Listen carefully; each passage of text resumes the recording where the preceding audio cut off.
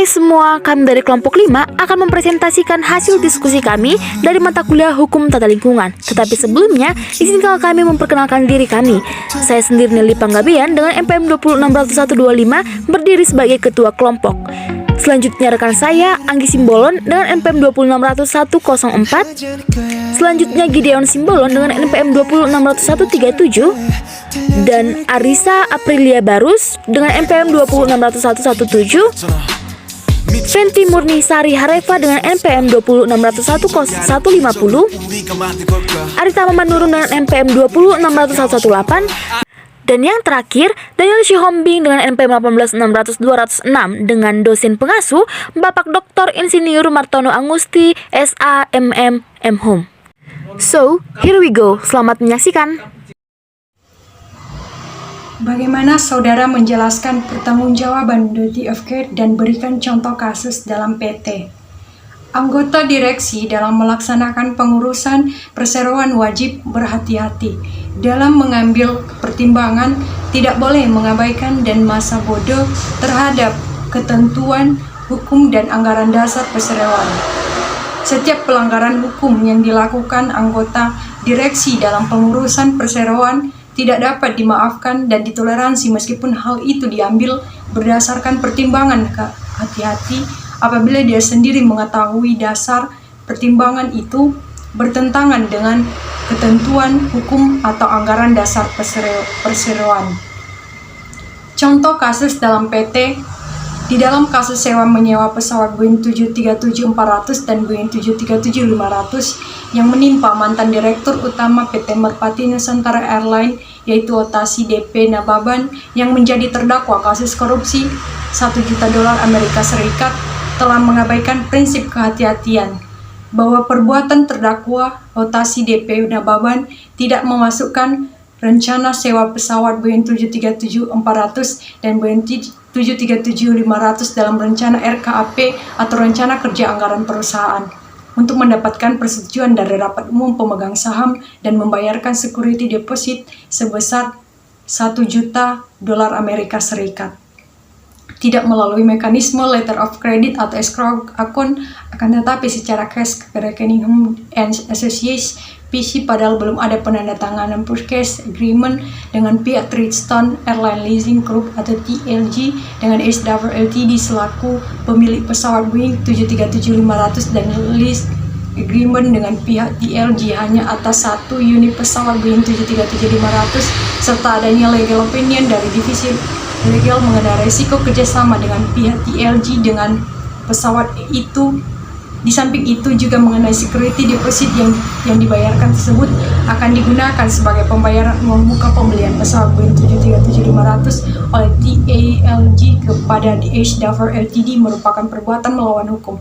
Sikap penyewa yaitu PT Merpati Nusantara Airlines yang tetap menempatkan security deposit meskipun sebelum kontrak leasing ditandatangani menandakan bahwa PT Merpati Nusantara Airline telah melakukan kesalahan dengan bertindak setidak-tidaknya ceroboh dan lalai. Tanggung jawab perdata dari seorang direksi atau secara pribadi timbul karena telah melakukan kecerobohan yang merugikan perusahaannya, yang bertentangan dengan pasal 97 junto pasal 114 dari Undang-Undang Perseroan Terbatas nomor 40 tahun 2007. Di samping itu, tanggung jawab perdata dari pribadi direksi juga dapat timbul dari adanya pelanggaran terhadap prinsip duty of care atau kehati-hatian dari seorang direksi sebagaimana yang juga diamanatkan oleh Undang-Undang Perseroan Terbatas. Dalam mengambil pertimbangan, direksi tidak boleh mengabaikan dan masa bodoh terhadap ketentuan hukum dan anggaran dasar perseroan.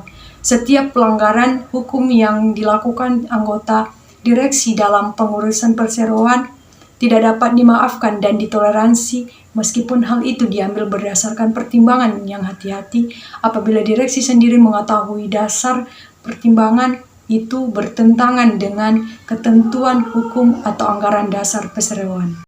Perbuatan ultra vires yakni melampaui batas kewenangan. Ultra vires adalah istilah Latin yang berarti di luar kuasa. Apabila suatu tindakan dilakukan dengan landasan hukum yang tepat, maka tindakan tersebut merupakan tindakan ultra vires.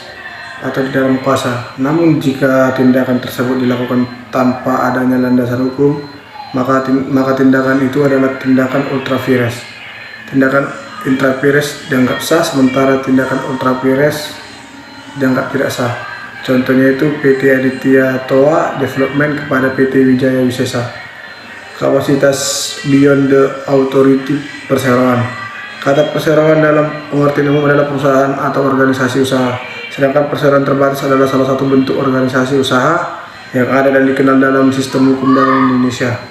Bentuk-bentuk badan usaha yang dikenal dalam sistem hukum dagang Indonesia adalah perseroan firma atau FA, perseroan komanditer atau CV, yaitu komanditaire Venetscape, dan perseroan terbatas atau PT. Contohnya itu perusahaan persero adalah PT Pertamina, PT Kimia Farma Terbuka, PT Telekomunikasi Indonesia, PT Garuda Indonesia, dan sebagainya. Vicarious liability atau tanggung jawab pengganti merupakan prinsip yang mengajarkan adanya suatu tanggung jawab dari atasan terhadap tindakan-tindakan melawan hukum yang dilakukan bawahannya. Vicarious liability itu terjadi karena adanya pertanggungjawaban hukum seseorang karena ada keterkaitan dengan perbuatan pidana yang dilakukan oleh orang lain.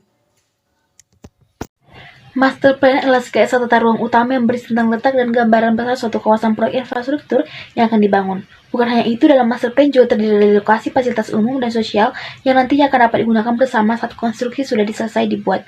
Pada umumnya, master plan adalah suatu dokumen berbentuk kertas lembaran. Namun kini tak jarang ada yang membuat contoh master plan hanya dalam bentuk soft copy file dan perangkat digital saja. Contoh dari master plan yaitu sketsa tata ruang yang dibangun atau perumahan yang telah dibangun oleh pemerintah. Structural plan adalah kerangka kerja untuk membantu pengembangan atau pembangunan kembali suatu kawasan dengan menentukan pola pengembangan dan penggunaan lahan di masa depan, area ruang terbuka, tata letak, dan sifat infrastruktur termasuk transportasi, dan fitur dan kendala utama lainnya yang mempengaruhi bagaimana dampak pembangunan yang harus dikelola. Rencana struktur terdiri dari satu atau lebih peta.